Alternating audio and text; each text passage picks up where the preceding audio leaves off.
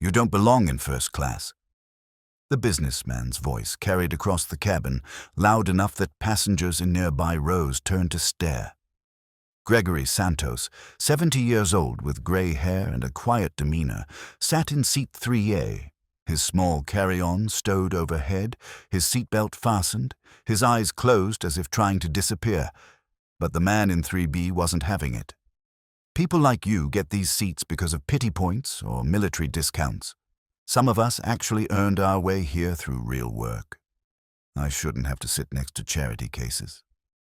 The flight attendant approached, her young face uncomfortable as she assessed the situation. The businessman was platinum status, a frequent complainer. Someone corporate wanted kept happy. Santos was just an elderly man who'd said nothing, done nothing, caused no trouble. She made the calculation that hundreds of service workers make every day, prioritize the squeaky wheel. "Sir, if you'd be more comfortable, I can find you another seat." If you believe comfort should never come at the cost of dignity, comment respect below. Gregory Santos had flown this airline for decades, accumulating miles through a combination of military service, post-retirement contract work, and simple longevity. He'd earned his first-class seat through lifetime platinum status, a designation given to frequent flyers who'd logged over 2 million miles. But his clothes were worn, his carry-on was old military surplus, and he had the look of someone who'd spent more time in deserts and mountains than boardrooms and country clubs. To the businessman in 3B, Santos looked like he didn't belong, looked like an infiltrator in a space reserved for people of means.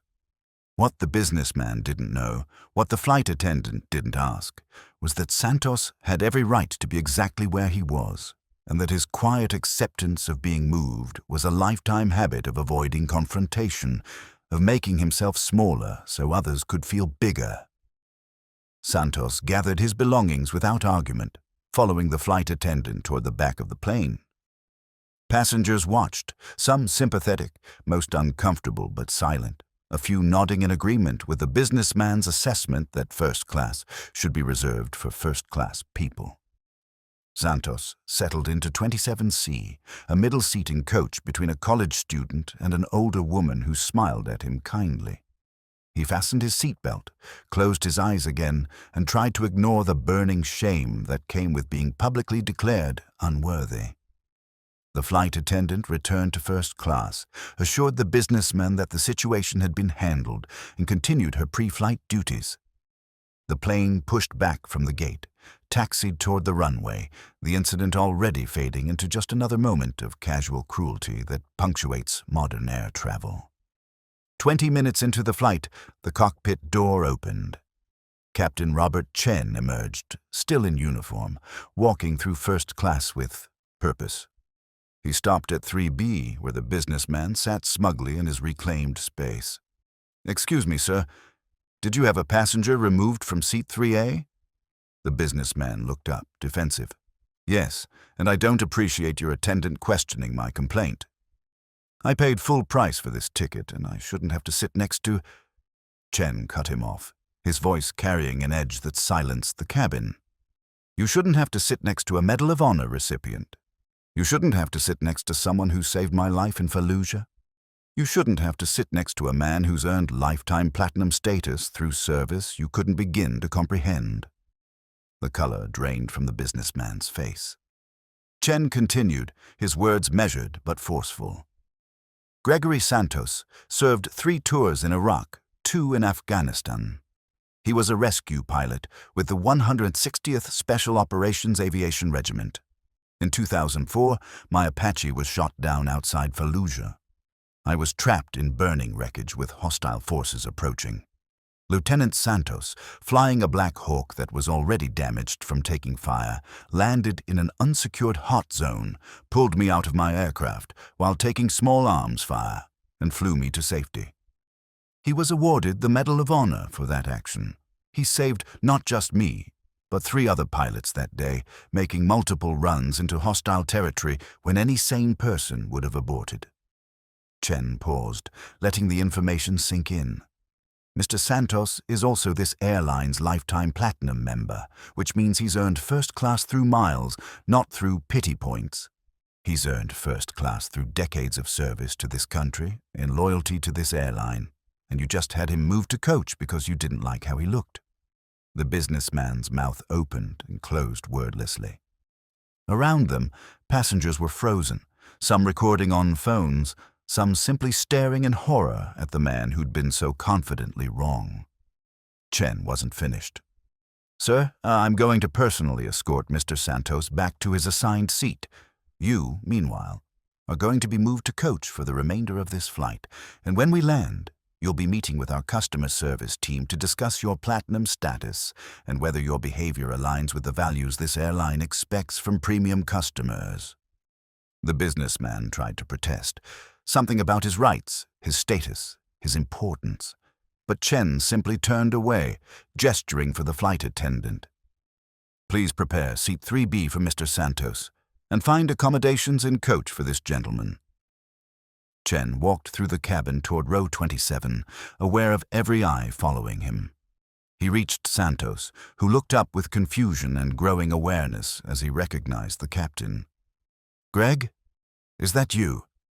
Santos stood slowly, his weathered face showing emotion for the first time. "Bobby Chen, I didn't know you were flying today. I didn't want to bother." Chen pulled him into an embrace that was equal parts gratitude and fierce protectiveness. "Bother me? You never bother me. You saved my life. You're part of the reason I'm standing here in this uniform." He pulled back, his hands on Santos's shoulders. "Someone complained you didn't belong in first class. I'm here to correct that egregious error." Santos tried to protest, to say he was fine where he was, but Chen wouldn't hear it. "You're sitting in 3B, the seat with extra legroom that you earned." No arguments. The walk back through the cabin was silent except for the soft crying of a few passengers who understood what they were witnessing. Santos returned to first class, not to his original seat, but to the better one, the one the businessman had been so proud of. Chen made an announcement over the PA system, his voice filling the aircraft. "Ladies and gentlemen, this is Captain Chen. I want to take a moment to introduce you to a very special passenger.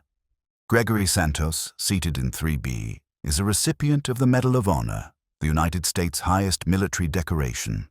He earned it in 2004 by saving the lives of 4 pilots, including mine, during combat operations in Iraq. He's also a lifetime platinum member of this airline, having logged over 3 million miles.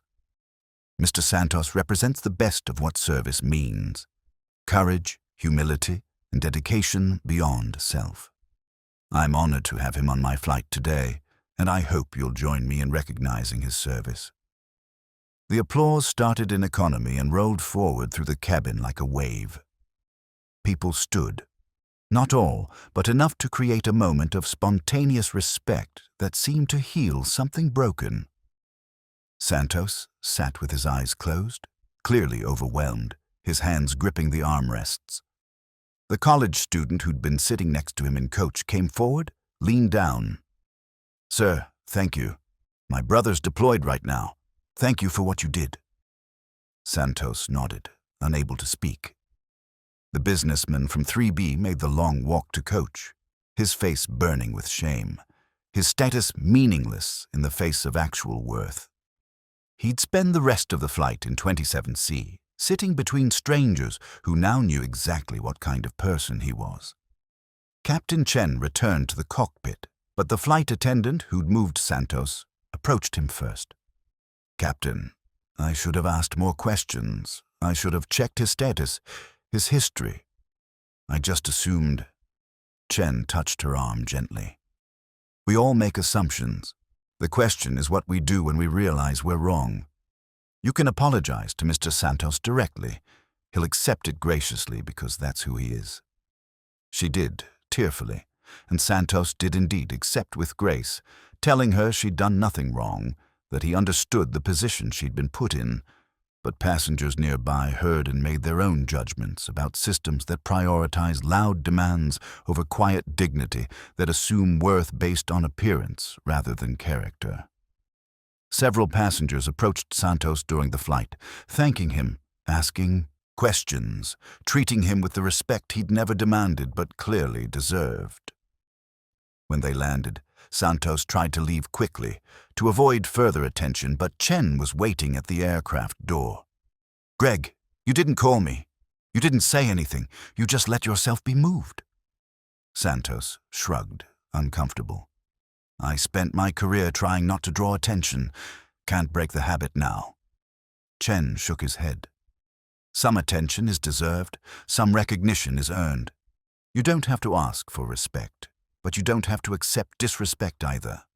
Promise me you'll call if anything like this happens again. Not because I owe you, though I do. I owe you my life. But because you deserve better than being treated like you're less than, when you're more than most of us will ever be." Santos promised, then disappeared into the terminal crowd, another elderly man with a worn bag, invisible again except to those who knew his story. Subscribe to my channel if you believe worth isn't determined by volume or wealth. Gregory Santos sat quietly while being insulted, moved without protest, accepted diminishment because a lifetime of service had taught him to avoid confrontation. But Captain Chen remembered. Captain Chen knew. Captain Chen understood that the quiet man in worn clothes represented everything the loud businessman in expensive suit would never be. Selfless, courageous, genuinely valuable beyond measure. We live in a world that rewards noise over substance, that mistakes confidence for competence, that assumes polish indicates worth. The next time you're tempted to judge someone by their appearance, by their clothes, by their quiet demeanor, remember that you might be dismissing the person who once ran into fire to save lives, who earned recognition through blood and sacrifice, who carries medals they never mention because true heroes rarely advertise. Honor the quiet ones. They've earned it more than they'll ever say.